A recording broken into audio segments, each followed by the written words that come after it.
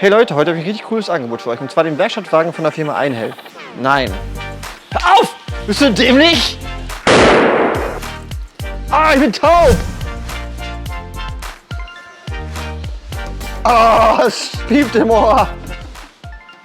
Ja, wenn man mit Idioten zusammenarbeitet, ist das halt immer so. Jetzt ist hier alles am Nebeln. Hey Leute, heute habe ich mal ein richtig cooles Angebot für euch. Und zwar den Werkstattwagen von der Firma Einhell.